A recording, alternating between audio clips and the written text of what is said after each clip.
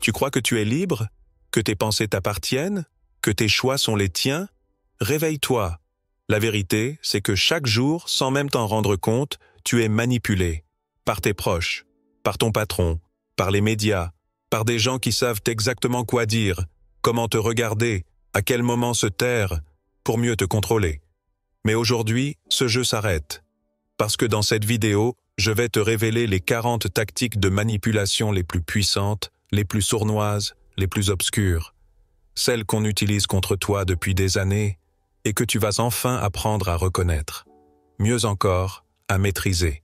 Mais attention, ce que tu vas entendre ici, personne ne t'en parlera à l'école. Ni tes parents, ni tes amis. Parce que ce savoir dérange. Il donne du pouvoir. Et quand tu l'as, tu ne redeviens jamais l'idiot utile du système. Avant de plonger dans cette sagesse, je te demande une seule chose. Soutiens cette chaîne, like cette vidéo, partage-la à quelqu'un qui a besoin d'ouvrir les yeux. Et surtout, abonne-toi et active la cloche, parce qu'on va continuer à briser les masques. Et crois-moi, tu ne veux pas manquer ce qui arrive ensuite. Ce que tu vas apprendre aujourd'hui peut transformer ton regard sur le monde, ou te réveiller d'un sommeil que tu croyais être la réalité. Alors respire profondément et prépare-toi à devenir dangereux. Tu es prêt? Parce que maintenant, on entre dans le cœur du labyrinthe. Là où tout est flou, là où les mots blessent, où les silences contrôlent, où les regards manipulent. Tu vas voir comment on t'a retourné le cerveau sans que tu ne t'en rendes compte. Ces 10 premières tactiques, ce sont des armes invisibles, mais redoutables. Et tu vas comprendre pourquoi certaines personnes obtiennent toujours ce qu'elles veulent, pendant que toi, tu t'épuises à comprendre ce qui cloche. Le gaslighting. C'est la manipulation la plus perverse. On te pousse à douter de toi-même. Tu sais que tu as raison, mais on te regarde droit dans les yeux et on te dit que tu te trompes, que tu exagères, que tu inventes. Et petit à petit, tu perds confiance en ta mémoire, en tes émotions, en ton bon sens. Tu deviens ta propre prison. La psychologie inversée. On te dit « ne fais pas ça », en sachant très bien que tu vas le faire. Tu crois te rebeller? Non. Tu réagis exactement comme prévu. C'est une manipulation de ton ego, une provocation calculée. Tu crois décider alors qu'on te pilote à distance. La restriction de choix. Tu préfères faire ça ou ça? Peu importe ce que tu choisis, tu es piégé. Tu penses avoir du pouvoir? Faux. On t'a donné 2 fausses portes de sortie, pendant que la vraie restait verrouillée derrière toi. C'est la liberté contrôlée. Et c'est brillant. Le chantage émotionnel. Je suis déçu. Je ne m'attendais pas à ça de toi. Une simple phrase, et tu te sens mal. Tu veux réparer, prouver que tu n'es pas un monstre. Mais tu ne te rends pas compte que tu es déjà sous emprise. Le manipulateur a appuyé sur ta culpabilité comme on appuie sur un interrupteur. La négociation biaisée. Le vendeur qui te dit « c'est la meilleure offre, il faut agir maintenant ». Il te pousse à croire que tu fais une affaire, alors qu'il te dépouille. Il fabrique un faux sentiment d'urgence. Et toi, pressé de ne pas rater une opportunité, tu cours droit dans le piège. L'amplification des problèmes. Une critique devient une attaque. Une dispute devient une rupture. Tout est exagéré, dramatisé. Pourquoi? Pour te désarmer, te mettre dans un état de panique émotionnelle où tu perds ta logique, ton calme, ta force. Et quand tu paniques, tu te soumets. Le love bombing. On t'ouvre les bras, on te couvre de compliments, on t'appelle âme sœur après 2 jours. Tu crois à l'amour fulgurant? Ce n'est pas de l'amour, c'est une cage dorée. Et quand tu veux en sortir, on te fait culpabiliser. Tu n'as plus affaire à un amoureux, tu as affaire à un prédateur affectif. Le silence punitif. On te coupe la parole, les messages, l'attention, pas pour se reposer, mais pour te faire souffrir, pour que tu te remettes en question, pour que tu rampes, pour que tu reviennes en suppliant. Ce silence, c'est une claque invisible, et elle fait plus mal que 1000 cris. La triangulation. Même mon ex ne me traitait pas comme ça. Une telle pense que j'ai raison. Et là, tu te sens seul, attaqué, en concurrence. Tu veux prouver que tu vaux mieux, et tu deviens docile. Ce n'est pas un échange, c'est un jeu. Et tu es le pion, la flatterie stratégique. On te dit exactement ce que tu veux entendre. Tu es différent, tu es spécial. Personne ne te comprend comme moi. Et toi, tu fonds. Mais ce n'est pas sincère. C'est une manœuvre, une injection d'ego pour baisser ta garde et mieux te manipuler ensuite. Tu les reconnais? Ces techniques ne viennent pas de livres, elles viennent du quotidien, de ta relation amoureuse, de ton bureau, de ton entourage. Et si tu ne les maîtrises pas, quelqu'un d'autre s'en servira pour te contrôler. Et si tu penses que c'était déjà sombre, accroche-toi. Parce que ce qui vient maintenant ne touche plus seulement ton esprit, ça vise ton cœur, tes émotions, ta dignité. Ces 10 tactiques ne cherchent pas à te convaincre, elles cherchent à te briser de l'intérieur, subtilement, lentement, méthodiquement. C'est une guerre psychologique déguisée en amour, en bienveillance, en protection. Mais en réalité, c'est une descente programmée vers ta propre disparition. La rareté. C'est ta seule chance. Après, ce sera trop tard.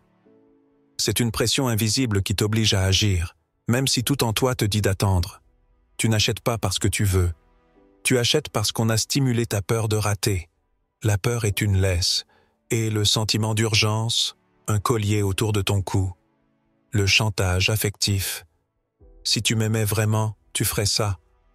C'est peut-être la phrase la plus toxique qui existe.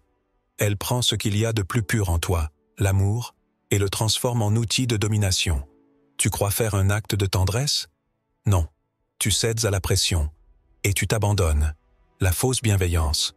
Je dis ça pour ton bien. Non. Tu dis ça pour que je t'écoute, pour que je me conforme, pour que je me plie à ta vision. Derrière ce masque de protection, il y a souvent une volonté de contrôle. Et quand tu y crois, tu te soumets avec le sourire. Le déplacement de responsabilité. Tu m'as poussé à faire ça. On ne reconnaît jamais ses erreurs. On les dépose sur tes épaules. Tu portes le fardeau de ce que l'autre refuse d'assumer. Et plus tu encaisses, plus tu deviens le coupable idéal. Tu finis par t'excuser de t'être fait maltraiter. Jouer la victime.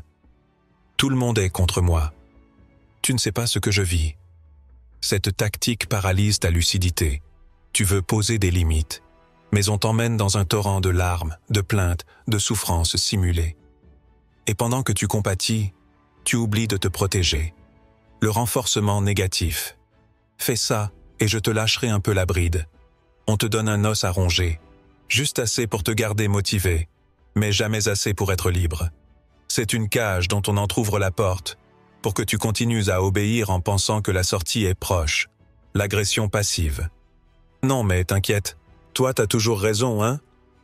Ça a l'air d'un compliment, d'un trait d'humour, mais c'est un poignard dans le dos. C'est le sarcasme, l'ironie, le venin déguisé. Et toi tu doutes, tu te tais, tu t'effaces. Parce que tu ne veux pas faire des histoires. Le retrait d'amour. On t'aime, tant que tu fais ce qu'on veut. Dès que tu refuses, silence, froideur, disparition. C'est un sevrage affectif contrôlé. Et si tu es dépendant, tu supplieras pour une miette d'attention. Tu n'es plus aimé. Tu es dressé. Les promesses vides. Un jour, tu verras, tout s'apaira. C'est la carotte qui te fait avancer. Mais ce jour-là n'existe pas. C'est un mirage, une illusion savamment entretenue pour que tu continues de donner, d'attendre, de croire, pendant qu'on te saigne à blanc. L'isolement progressif. Tes amis ne t'apportent rien. Ta famille ne comprend rien à notre relation. On te coupe lentement de toutes tes attaches. Et à la fin, tu es seul. Et seul, tu n'as plus de miroir pour voir ce qui t'arrive. Plus de repères, plus de force. Tu deviens dépendant. Et là, tu es manipulable à 100%. Tu vois ce que tout ça a en commun? Ce n'est pas brutal. Ce n'est pas direct. C'est doux, vicieux, émotionnel. Et c'est pour ça que ça fonctionne. Parce que ça ne ressemble pas à une attaque. Ça ressemble à de l'amour. Et c'est ça, la manipulation émotionnelle. Te faire croire que c'est toi le problème, pendant qu'on te détruit en te caressant. Et maintenant qu'ils ont miné ton esprit et attaqué ton cœur, ils s'attaquent à ta volonté. Ils ne veulent plus seulement te faire douter. Ils veulent que tu abandonnes, que tu renonces à toi-même, que tu cèdes volontairement, avec le sourire, en croyant que c'est toi qui choisis. Voici les 10 prochaines tactiques. Ce sont des armes silencieuses, mais dévastatrices. Elles n'exigent pas ta soumission. Elles la provoquent. La manipulation par la peur. Si tu refuses, tu vas tout perdre. Tu vas le regretter. On fabrique une menace fictive, un danger imaginaire, pour que tu acceptes l'inacceptable. Ce n'est plus la logique qui décide, c'est la panique. Et quand tu as peur, tu ne penses plus. Tu obéis. Le futur fictif. On va construire quelque chose de grand, toi et moi. Reste, et tu verras comme tout va changer. Tu t'accroches à des mots, à des promesses d'un demain meilleur, pendant qu'on détruit ton aujourd'hui. C'est un contrat vide, un mirage utilisé comme laisse psychologique. Le mur du silence. On t'ignore, on fuit la conversation, on ferme toutes les portes. Tu veux régler les choses? Tu veux comprendre? Trop tard. Le silence devient une arme qui t'étouffe, et sous cette pression, tu te plies. Tu fais tout pour rétablir la connexion, même à tes dépens. La triangulation, encore. Lui au moins me comprend. Elle ne me parle pas comme toi. On te compare à une tierce personne pour te rabaisser, te rendre jaloux, te faire douter de ta valeur. Et pendant que tu te bats pour redevenir assez, l'autre gagne en contrôle. La comparaison toxique. Pourquoi tu n'es pas comme lui? Elle au moins, elle m'écoute. Chaque phrase est un poison. Tu commences à te remettre en question, à te juger, à te transformer pour correspondre à un idéal qu'il modifie ta volonté. Le double piège. Si tu parles, tu es agressif. Si tu te tais, tu es passif. Tu es condamné dans tous les cas. Quoi que tu fasses, tu perds. Et cette impasse mentale t'épuise, te pousse à lâcher prise. Parce qu'à force d'être blâmé pour tout, tu te mets à tout accepter. Le changement constant des règles. Tu penses avoir compris les attentes, tu t'y plies, et on te dit que ce n'est pas suffisant. La barre monte sans cesse. Tu cours après un objectif mouvant. Et pendant ce temps, tu ne te rends pas compte que tu es devenu un esclave en quête d'approbation. La défense préventive. Je sais ce que tu vas dire, mais tu te trompes. Cette phrase ferme la porte avant même que tu n'entres. Elle invalide ta pensée avant qu'elle n'existe. Elle te désarme. Et toi, tu restes là, muet, à avaler l'injustice sans droit de réponse. Faire semblant de ne pas comprendre. Ah bon? J'avais pas compris ça comme ça. C'est du théâtre. De la fausse naïveté. Tu expliques, tu répètes, tu t'énerves. Et eux, ils restent dans le flou. Pourquoi? Parce que pendant que tu perds ton énergie, ils gagnent du terrain. Le faux cadeau. On t'offre une opportunité, une faveur, une belle parole. Et dès que tu acceptes, on change les règles. Tu pensais avoir gagné? Non. Tu viens juste d'entrer dans un contrat piégé. Un contrat où chaque faveur se transforme en dette. Et où chaque dette renforce leur pouvoir. C'est ça, le vol de ta volonté. On ne t'attache pas. On te pousse à tendre les poignets toi-même. Et tu veux savoir ce qu'il y a de plus terrifiant dans tout ça? C'est que tu t'habitues. Tu t'habitues à ne plus décider. Tu t'habitues à demander la permission pour exister. Et un jour, tu ne sais même plus qui tu es vraiment. Et une fois que ta volonté est brisée, qu'est-ce qu'il reste à contrôler? Tout. Absolument tout. Tes réactions, ton identité, ta vision du monde, même tes émotions les plus profondes. C'est là qu'on atteint le dernier niveau, le contrôle total, le contrôle absolu. Et crois-moi, ces 10 dernières tactiques sont les plus insidieuses, les plus efficaces et les plus destructrices. Parce qu'à ce stade, tu ne te rends même plus compte que tu es enchaîné. La minimisation. Tu expliques ta douleur, ton mal-être, ton ressenti, et on te répond « Tu exagères. T'es trop sensible. » Cette phrase tue ta légitimité. Et au fil du temps, tu n'oses même plus parler. Tu t'auto-censures. Tu te réduis toi-même au silence. L'impuissance simulée. Je suis nul. Je ne sais pas faire sans toi. Tu crois aider? Tu crois être indispensable? En réalité, tu es instrumentalisé. Tu fais pour deux. Tu te sacrifies. Et eux deviennent plus puissants, en t'épuisant. L'overdose d'informations. On te noie sous les détails, les chiffres, les justifications, pendant que l'essentiel est caché. Tu veux comprendre? Trop tard. Tu es désorienté, perdu dans un brouillard volontairement créé pour que tu perdes ta lucidité. L'arnaque à la compassion. On te raconte des blessures, un passé douloureux, des souffrances terribles. Pas pour guérir, mais pour obtenir ton pardon automatique. Tu excuses tout, tu acceptes tout. Parce qu'on a désactivé ton esprit critique. C'est une immunité émotionnelle, fabriquée sur mesure. L'oubli involontaire. Ah, désolé, j'ai oublié. Mais curieusement, ces oublis ne sont jamais en leur défaveur. Une promesse? Oubliée. Une échéance? Évaporée. Et toi, tu rattrapes, tu compenses, tu excuses. Jusqu'à devenir leur mémoire et leur marionnette. Les demi-vérités. On te dit une partie de l'histoire, juste assez pour être crédible, juste assez pour que tu ne poses pas plus de questions, mais jamais tout. Ce qu'on ne te dit pas, c'est ce qui te piège. Se faire passer pour le sauveur. Ils créent le chaos, puis ils viennent te sauver. Et tu les remercies. Ironique, non? Tu es en train de féliciter l'incendiaire pour avoir éteint l'incendie qu'il a lui-même allumé. Le silence comme punition. Encore. Toujours. Mais ici, ce n'est plus un simple retrait. C'est une arme psychologique massive. L'absence de réponse devient une torture. Et tu fais tout pour regagner un mot, un regard, un signe de vie. Tu deviens mendiant d'un lien qu'on t'enlève à volonté. La pensée binaire. Si tu n'es pas avec moi, tu es contre moi. Cette logique extrême t'empêche de nuancer, de réfléchir, de contester. Tu dois choisir loyauté absolue ou exclusion immédiate. Ce n'est plus une relation. C'est une secte mentale, divisée pour régner. On monte les uns contre les autres, on crée des tensions, des conflits, des rivalités. Pourquoi? Parce qu'un groupe divisé est plus facile à diriger.